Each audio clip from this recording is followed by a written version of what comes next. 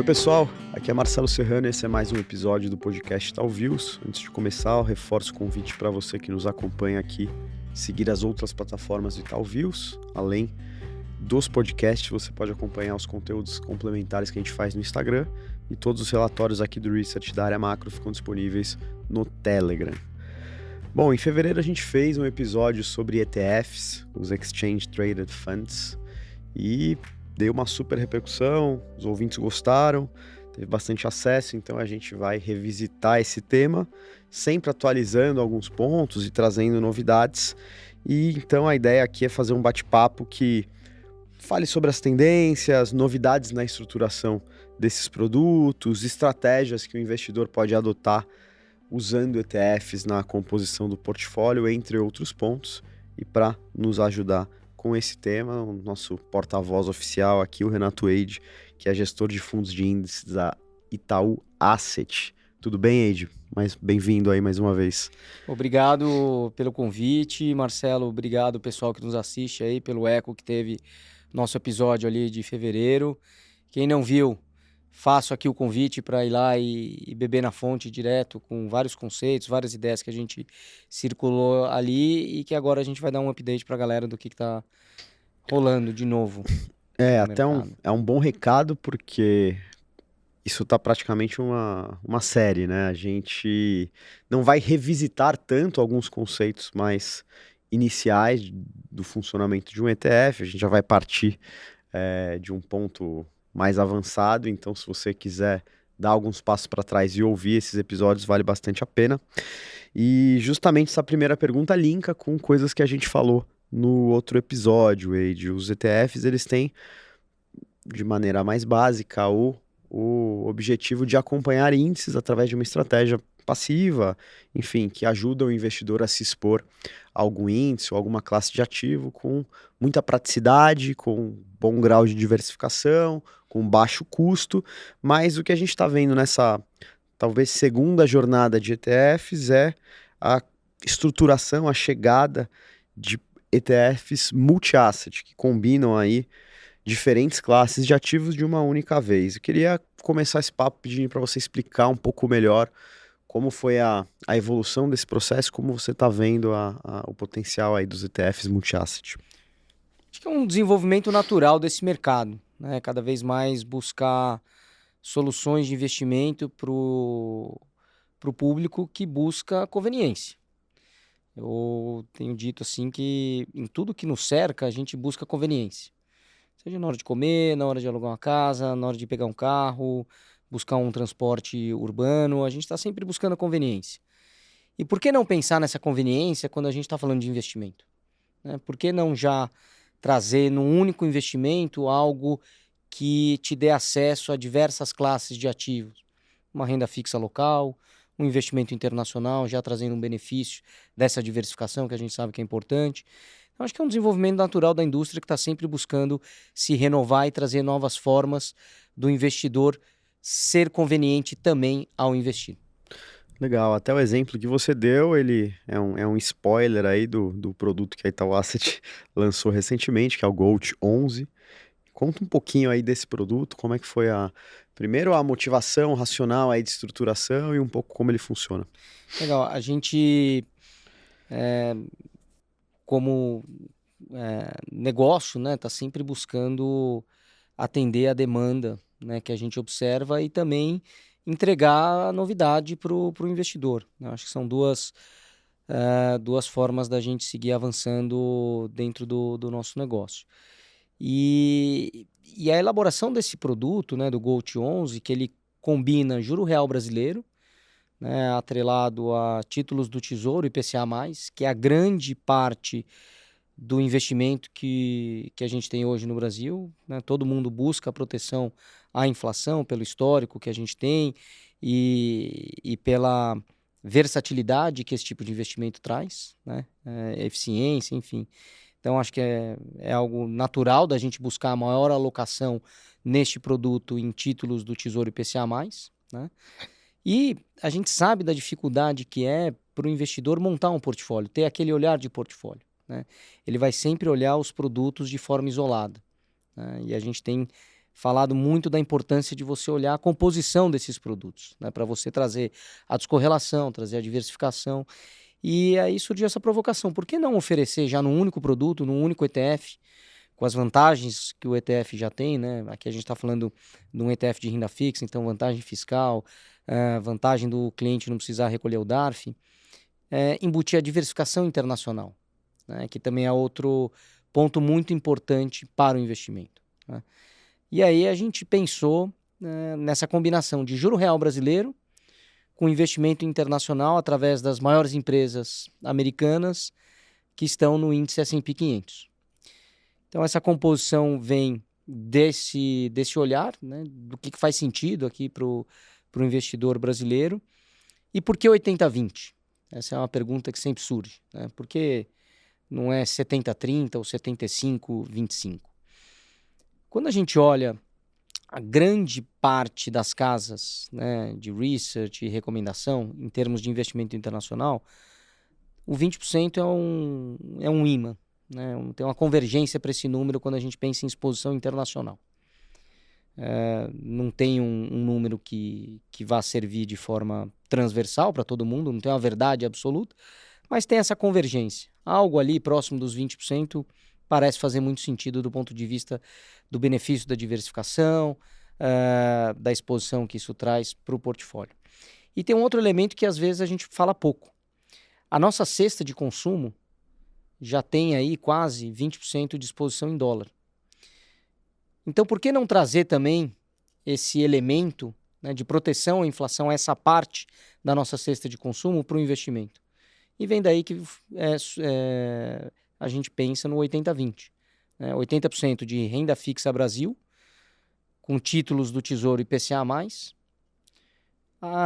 com 20% de bolsa americana através do índice S&P 500. E é muito interessante a gente olhar ao longo do tempo como isso funcionou e como a gente acha que vai funcionar para frente, né? Porque você tem uma descorrelação importante entre essas duas alocações, você tem uma volatilidade dessa estratégia entre 5%, o que é algo interessante do ponto de vista do estômago do investidor brasileiro, né? Algo maior ali, 7, 8, 10, já fica fora do padrão que o investidor está acostumado. E quando a gente pensa em 3%, é o grande target, né? Mas essa estratégia vai ali, às vezes, em 3%, mas via de regra ela fica em 5%, que é algo que a gente acha que faz muito sentido no médio e longo prazo para o investidor. Perfeito. Me chamou muito a atenção o nome do ETF, né, o GOLD. Quando a gente olha para outros ETFs que acompanham ativos específicos, o nome tem sempre a ver com ativo, né? O TEC 11 ou ETFs de Bitcoin. Queria entender qual foi o racional de escolha desse nome e se, na tua expectativa, ele vai performar como um Cristiano Ronaldo, um Messi ou outros GOATs do esporte aí. Primeiro dá o crédito a quem deu o nome, né? Que é o Valdívio do nosso time ali, que é ele que surgiu com essa ideia de dar o GOAT. E quando a gente veio com esse nome, né? O que a gente estava buscando, né? O que assim não é simplesmente o que funcionou em termos de alocação, o que a gente gosta mais ou outro critério qualquer, né? Eu acho que assim foi olhar o que a gente entende que já existe hoje dentro do portfólio do investidor brasileiro de forma ampla, que é a renda fixa Brasil, e a renda fixa Brasil buscando a proteção à inflação, né? Com essa parcela de diversificação internacional que traz o benefício que a gente sabe que é importante. Então, de certa forma, a junção desses dois mundos num único produto, com as vantagens que um ETF de renda fixa tem, com a facilidade que o ETF proporciona e a conveniência que ele traz, acho que naturalmente o GOAT é algo a ser utilizado para este ETF. Então, a gente acredita muito na performance do ETF, né? A gente está falando aqui que é algo super simples e fácil de ser explicado. Você está juntando duas classes de ativos que grande parte dos investidores brasileiros conhece, com a conveniência de já estar junto, né? O investidor não precisa ficar comprando um, vendendo o outro para chegar nessa alocação de 80-20, ele não precisa ficar pagando imposto aqui ou ali, né, já rebalanceia automaticamente, custo de 0,5%, super eficiente, as vantagens tributárias do ETF de renda fixa, por exemplo, ele não tem come cotas, né? Então a gente está falando de um ETF híbrido, né, multi-asset, sem come cotas, com custo de 0,5%. Então, de novo, é muito gratificante poder entregar esse tipo de solução para o investidor brasileiro.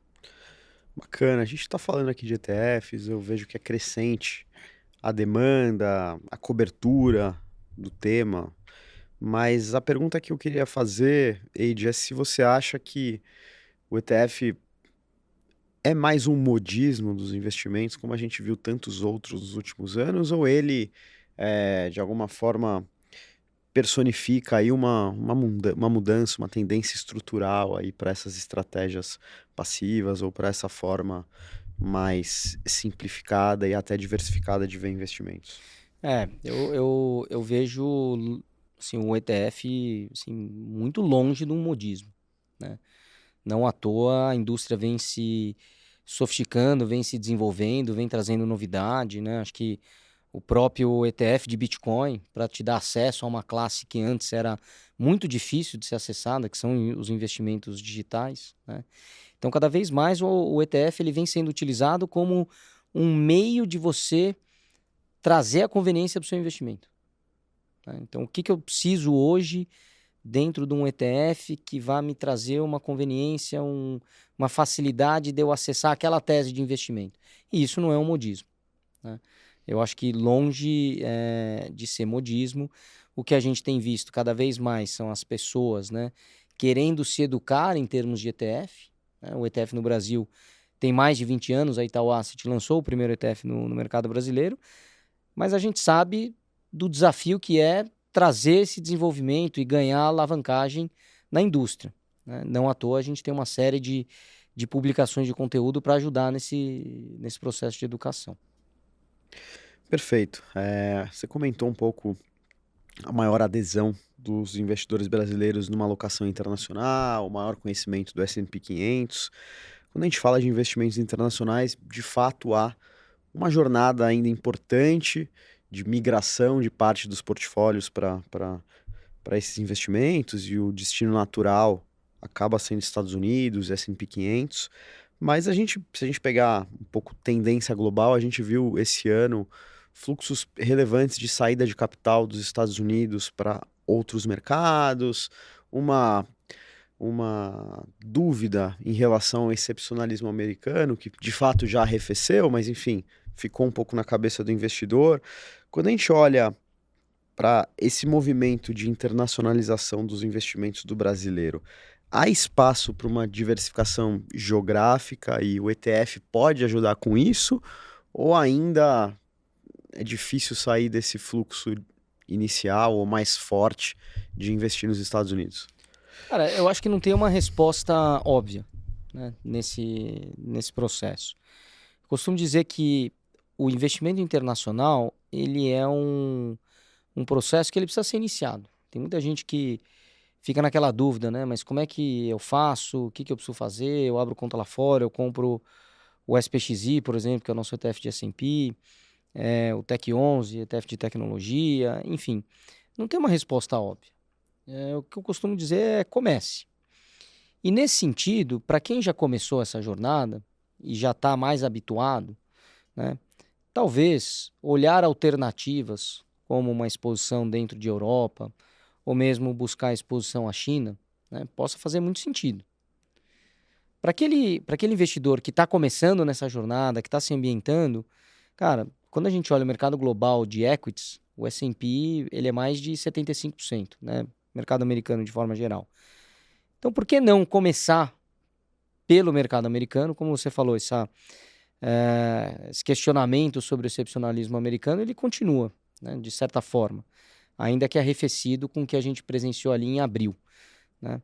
Mas, cara, as empresas americanas seguem lá, atuantes de forma global, com a sua flexibilidade, com a sua capacidade de pivotar negócios, como a gente viu, né? sempre gosto de trazer o seguinte: há 5 anos atrás a gente estava falando de metaverso, hoje ninguém fala de metaverso, e as mesmas empresas que estavam 100% focadas em metaverso, hoje, de certa forma, pivotaram para a questão de inteligência artificial. Então, acho que isso coloca, né, o mercado americano numa posição diferente.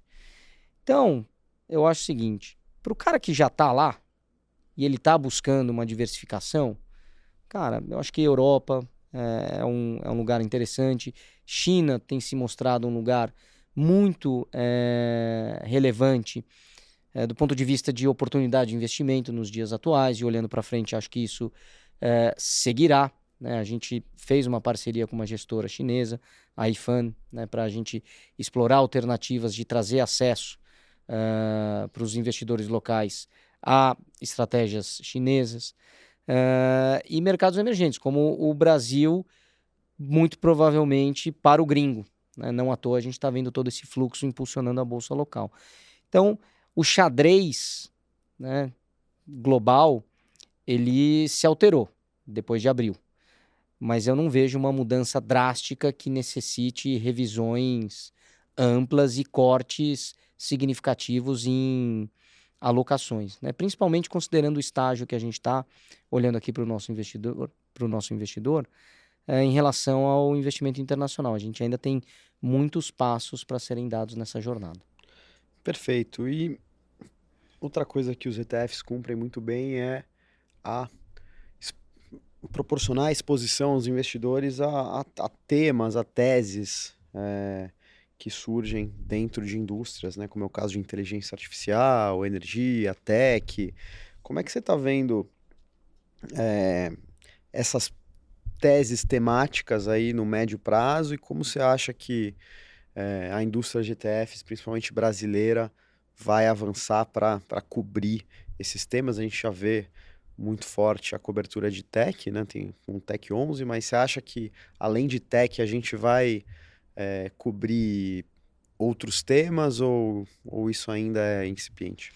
Cara, eu acho que tem muita coisa para a gente pensar quando a gente olha investimento temático, né? Mas antes de falar sobre investimento temático, eu acho importante situar o nosso telespectador aqui sobre aquela estratégia de investimento core e satélite. O que é core no meu portfólio? O que vai ser satélite? O core vai ser a minha exposição ao S&P, né?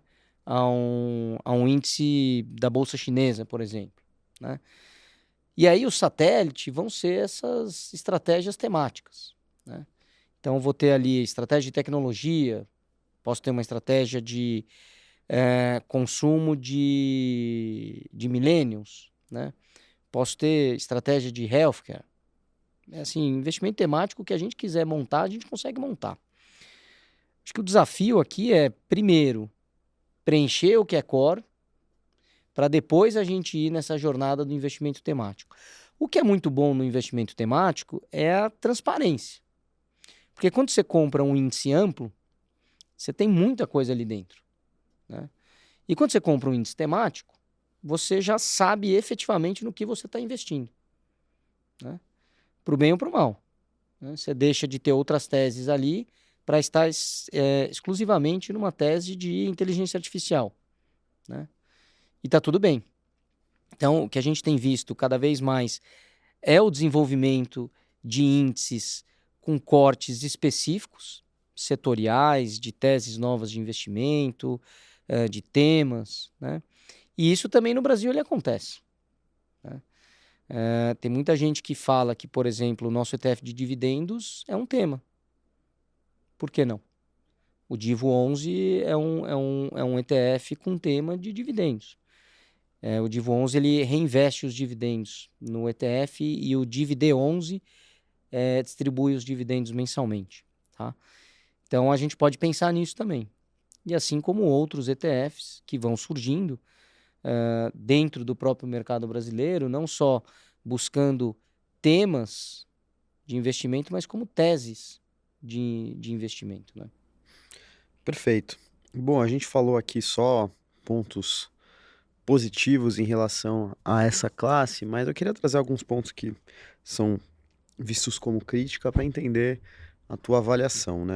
A turma costuma citar concentração setorial, possibilidade de formação de bolhas, isso mais latente lá fora, né? Aqui acho que ainda não chega, essas discussões não são tão quentes, mas enfim, um dia podem ser. E até uma menor cobrança por governança, né? A gente vê na gestão ativa vozes que participam muito desse debate dentro das companhias e quanto mais a gente deixa essa estratégia passiva, menos a gente teria isso. Você acha que são pontos de atenção? Você acha que são críticas válidas? Como que você vê essas questões e até outras vulnerabilidades que eu eventualmente não citei aqui? Eu acho que a principal vulnerabilidade quando a gente fala de gestão indexada é não entender o índice. E olha que interessante, né? Você está falando de gestão passiva, eu falo gestão indexada. Porque qual que é a grande diferença? Se a gente olhar um recorte dos papéis na Bolsa Local em 1994, ele é completamente diferente do recorte que a gente tem atualmente. Então, se a gente estivesse falando de uma estratégia passiva, né, todo o dinheiro que eu investi lá atrás, hoje ele teria virado pó, ou grande parte dele, porque as empresas não existem mais. Como eu estou falando de uma gestão indexada que segue um índice, né, e esse índice ele vai se renovando, por quê? Porque ele tem um dinamismo, ele tem uma dinâmica própria, tá tudo bem. Então, acho que é importante conceituar, né, que gestão passiva, na minha leitura, é diferente da gestão indexada. E dito isso, sim, o grande risco da gestão indexada é não saber o que o índice faz. Eu quero comprar um índice de juro real brasileiro. Bom, a gente tem 3 índices com 3 ETFs de juro real brasileiro. Um com baixo risco, um com médio risco, o outro com alto risco. Pô, se eu não souber o que cada um faz, eu vou comprar o de alto risco achando que eu comprei o de baixo risco. Esse eu acho que é o principal ponto de atenção. Com relação à questão da governança, eu acho que isso vale tanto para a gestão indexada quanto para a gestão ativa, né? Você está investido numa empresa e você se atentar aos eventos corporativos, ser presente nas AGS, nas AGOs, é extremamente relevante. Por exemplo, na Itaú Asset a gente publica os nossos votos no nosso site de forma super transparente, e envolve isso também os fundos que estão dentro da gestão indexada. A gente se posiciona, porque é ali que a gente se faz valer da nossa voz enquanto investidor, né? Votando a favor, votando em contra, em matérias que a gente esteja entendendo que é uma oportunidade de melhoria na pauta proposta. E está tudo bem. Então, esse ponto vale para ambas as gestões. Com relação à questão de concentração, se está muito concentrado, se não está, eu acho que é um ponto super válido, mas aí volta a questão do dinamismo do índice. Quando você monta um índice, você já sabe ao que ele se propõe a fazer, né? Eu costumo dizer muito assim que um índice nada mais é do que um processo de investimento encapsulado dentro de uma metodologia, né? E você vai ter que seguir aquilo, né?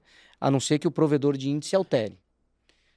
Dito isso, cara, eu vejo assim que as gestões ativa e indexada, elas são complementares.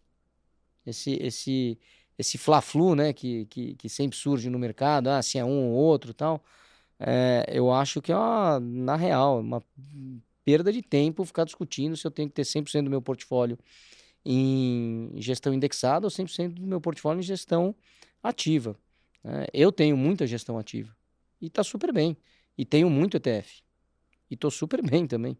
O que eu acho que o investidor tem que buscar é o que há de melhor nos dois mundos, dado o meu objetivo de investimento. Perfeito. E encaminhando para o final aqui, Eide, o que que a gente consegue projetar, o que que você espera para o desenvolvimento de ETFs no Brasil nesse segundo semestre de 25?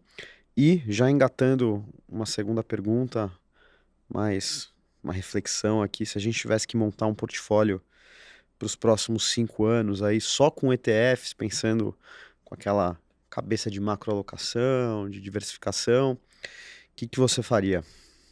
Legal. Acho que eh, tem um trabalho importante sendo feito dentro da Ambima para entender como que a gente consegue trazer uma maior maturidade para a indústria de ETFs, e isso passa pelo desenvolvimento do ETF ativo. Acho que isso é uma discussão importante, né, que a gente está tendo.